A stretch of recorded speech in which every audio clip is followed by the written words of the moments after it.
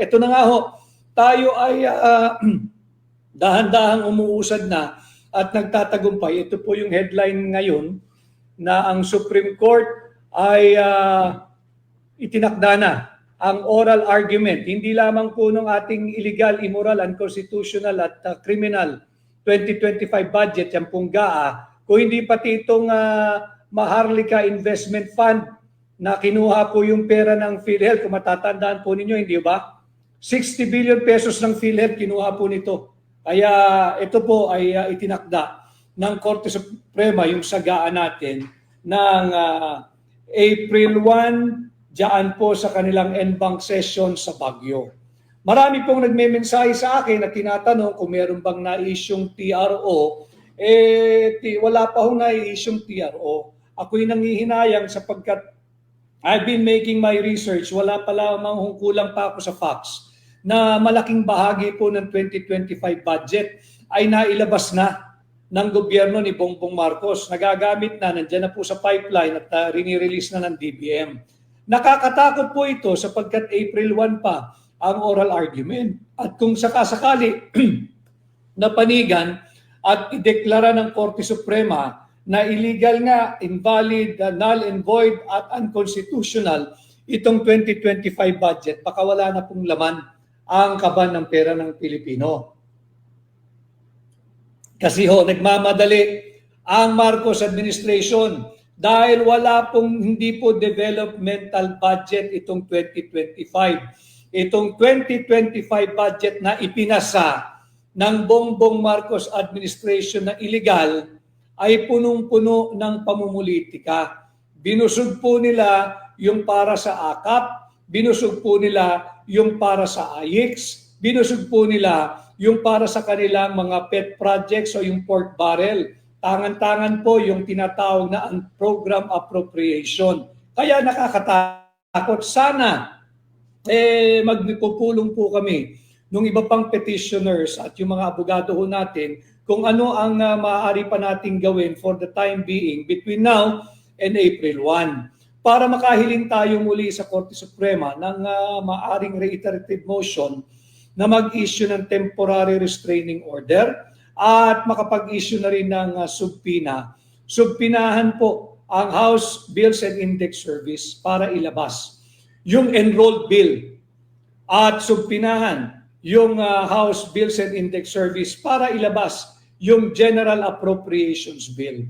Mahalaga po kasing maiproduce ito bago pa magkaroon ng oral argument para makapaghanda din po yung ating mga abogado at kami mga petitioner sa pag-argue diyan sa Korte Suprema. May pakita natin na blanco yung final approved, signed, and ratified bicameral conference committee report na unang sinabi ng Malacanang wala raw blanco at tinawag pa kaming sinungaling. Ngayong may desisyon na ang Korte Suprema na patunayan natin na sinungaling ang Malacanang sapagkat pinagbigyan ng Korte Suprema na magpatuloy ang ating kaso. At katunayan, meron pong oral argument pagdating ng April 1 dyan po sa kanilang session sa Baguio ngayong parating na April 1, 2025. Baliktanaw po tayo, bakit ba natin question at bakit ba tayo nag-file ng kaso sa Korte Suprema? Unang-una, sinasabi nating unconstitutional, immoral, illegal, invalid at criminal ang 2025 budget sa 4 na kadahilanan. Simulan ko po muna doon sa BICAM, itong BICAM, hinijak yung NEP. Pati po ang BICAM, ninakaw yung NEP. Ano po yung NEP? Ulitin ko para sa kaalaman ng higit na marami nating kababayan. Ako'y natutuwa, uulitin ko. Ultimo mga ordinaryong tao ay nag-uusap na po patungkol sa ating budget. Maganda po ito dahil sabi ko nga, sisikapin ko sa aking diretsyong pakikipag-ugnayan sa inyo na pasimplihin ang ating mga usaping panlipunan. Nang sa ganoon, lahat kayo may tinig. Lahat kayo magkaroon ng opinion at hindi naman kinakailangan kayo sumang-ayon sa akin that this is my way, ang aking pong ambag, maliit na ambag ko sa nation building. I am trying my best to simplify the terminologies, yung usapin, nang sa ganoon may ataas po natin yung antas o level ng diskursong pampubliko. It is one of my advocacies to lift the level of public discourse para naman natututunan po ng ating mga sambayan ng Pilipino, lalo na yung kabataan, yung mga mahalagang usaping panlipunan. Kaya po natin kine-question itong aking tinatawag na illegal, invalid, immoral, unconstitutional at criminal 2025 budget. Unang-una, yung BICAM, yung committee po na nagpasa ng blankong Bicameral Conference Committee report. Yung BICAM, scam po malaki yan eh. Yung BICAM, hinayjack po, ninakaw pati yung NEP. Yung NEP po yung National Expenditure Program. Ito po yung panukala ng tanggapan ng Pangulo. In our case, si Bongbong Marcos. Nagpanukala po siya ng budget natin for 2025. Ang tawag po doon sa sinumiti niya sa Kongreso, pareho po yan. Sa mababang kapulungan at sa mataas na kapulungan ay yung NEP, yung National Expenditure Program. At naayon po sa ating saligang batas na walang kapangyarihan ang Kongreso ang tanggapan ng Pangulo ng Republika ng Pilipinas. Ang nangyari po, ibang-iba yung anyo na lumabas doon sa final Bicameral Conference Committee report. Hindi na nga po makilala ng mga senador at kongresistang tapat. Hindi na po nila makilala. Ang sabi nga po niyan, yung panukalang budget for 2025 na linalaman ng NEP, yung National Expenditure Program, ay mangled beyond recognition. Talagang hindi mo na makilala. Bakit? Hinayjack po ng BICAM. So yung mga miyembro ng BICAM, hindi lang po nang i-scam ito, nang hijack pa po ito. Ninanakaw pati yung diwa ng NEP. Tama po, ninanakaw nila yung diwa ng NEP. They cannot be better than the Executive Department. Ang Executive Department po ang nagpaplano, nagproprograma, naglilinyada, naghahanda ng ating taunang budget. Kinakausap yung iba't ibang ahensya, departamento, yung bureaus, at kaya nga po, di ba, nalalaman ninyo, nagkakaroon ng budget hearing. Diyan pinagtatanggol ng mga iba't ibang departamento, ng bureaus, ng agencies, yung kanilang panukalang budget sa harap ng mga mambabatas, sa mababang kapulungan, yung mga elitistang kongresista, at diyan sa Senado. At nakikita natin, medyo minsan bakbakan dahil iginigiit ng ahensya o ng departamento yung kanilang gustong gawin, hinaharang naman ng mambabatas. Yun po yung nakikita natin. Subalit, malaking himala po ang nangyayari sa likod ng mga debating yan sapagkat nakaabang si BICAM. Si BICAM po, itong 2025 budget natin, anong ginawa ni Bongbong Marcos? Binawasan pa ng 31 billion pesos ang education sector. Ganyang kalupit ang Bongbong Marcos administration. Patuloy na ginagawang mangmang ang mga kabataang Pilipino. Ano po ginawa ni Bongbong Marcos? Bakit tayo nagsampa ng kaso sa Korte Suprema? Mas malaki po yung ibinigay nilang budget sa public works kesa sa education sector. At ang masaklap, talagang walang pagmamahal sa kabataang Pilipino ang Marcos administration. Binawasan pa po ng 31 billion ang education sector. Ganyan po sila kawalang puso sa ating mga kabataan, sa ating bansa, sa ating mga Pilipino. 30% lamang ng public school buildings are in good condition. Ulitin ko 30% lamang ng ating public school buildings ang nasa mabuti at matibay na kondisyon. Sa 100 school buildings, 70 po dyan ay nanganganib, hindi na matibay, dapat nang i-repair o yung iba, dapat nang gibain. 30 lamang sa 100 school buildings ang magagamit at masasabi nating safe ang ating mga kabataan. At sino nagsabi nito? Ito nga po ang findings ng EDCOM 2. Ano naman ang relasyon nito sa ating isinampang kaso? Sapagkat kaya po tayo nagagalit, bukod sa sinasalaula ng Bongbong Marcos administration ng ating saligang batas, binawasan po nila ng 31 billion pesos ang education sector. Binusog yung akap at ayiks ng mga elitistang kongresista at senador. Diyan nila linagay yung pera para sa education. Kaya wag po kayong maniniwala na ang puso nila para sa inyo na gusto nilang maglingkod. Paano ka gusto maglingkod? Kaawa-awa, kalunus-lunus. ang estado ng ating edukasyon. Binawasan pa nila ng 31 billion. At bukod diyan, higit na malaki ang budget na ibinigay. Higit na malaki ang budget na ibinigay sa public works, hindi po sa education sector. Labag po yan sa ating saligang batas. Bilang dagdag, meron pong 4.9 million out of school Filipinos. 4.9 million. Ang dami po nito. Ito dapat ang binibigyang prioridad ng Bongbong Marcos administration. Ano po ang ginawa nila? Mas inuna nila yung political persecution.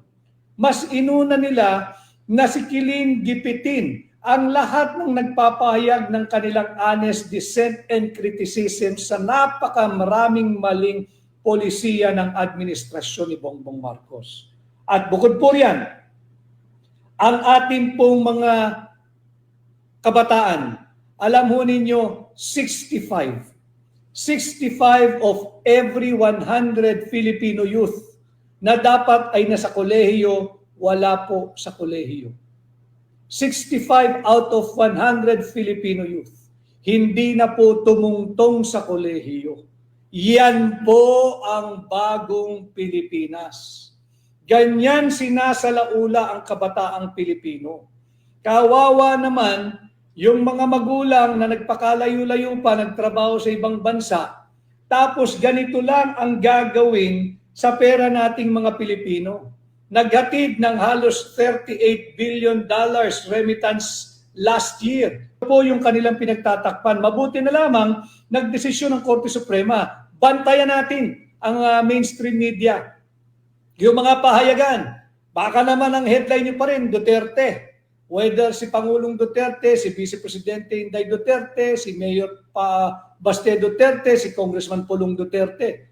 Ito po ang inyong ibandera sa inyong mga pahayagan. Ito po ang dapat linalaman ng mga mainstream media, mapa TV, mapa radyo. Huwag ninyong tulungan ng gobyernong patuloy na budulin ang sambayan ng Pilipino.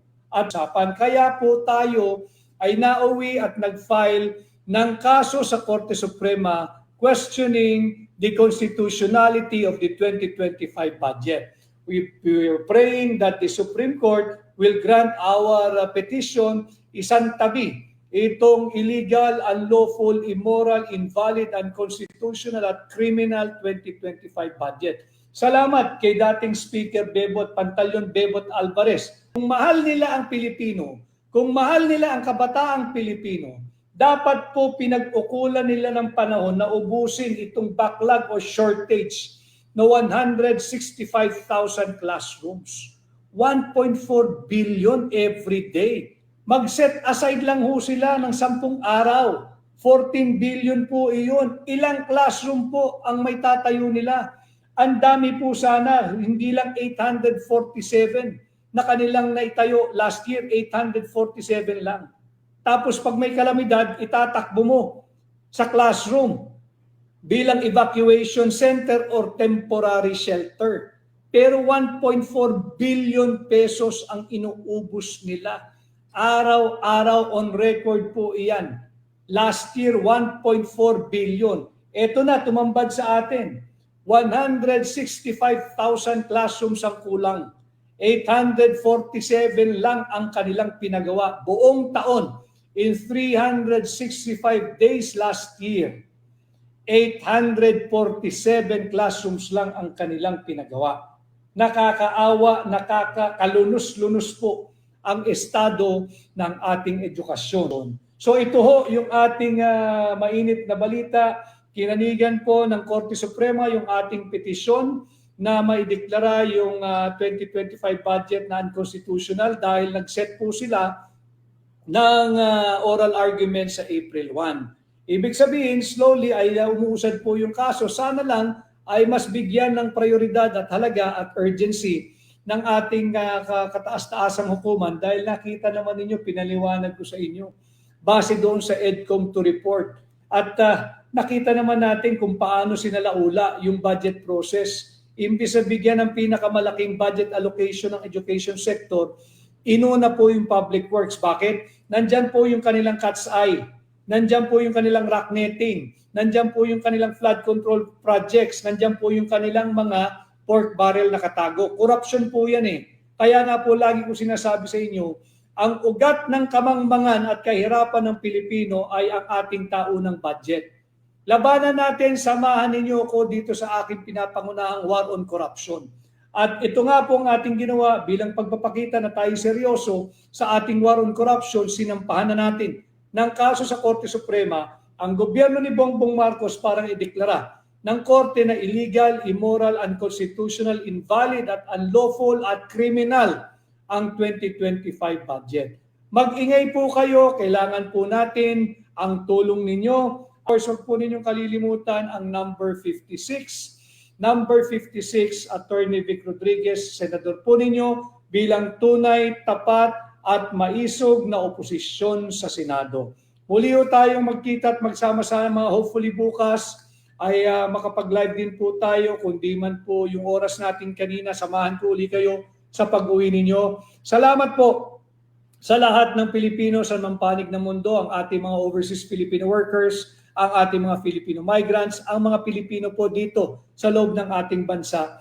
Magkaisa po tayo, labanan po natin ang pangbubudol at tandaan ho ninyo, ang suka ang kalaban ng tanso, ang suka ang kalaban ng peking ginto, ang suka ang kalaban ng mga nambubudol sa sambayan ng Pilipino. Tulungan po ninyo kami ngayong 2025, magkaisa po tayo, magsama-sama po tayo at kayo'y maghatid ng bago sa Senado dahil posible ang pagbabago sa number 56, Attorney Vic Rodriguez, Pilipino, abogado, maisog. Maraming salamat at magkita-kita po tayo muli. Mag-iingat po kayo sa inyong pagbabiyahe kung saan man po kayo papunta.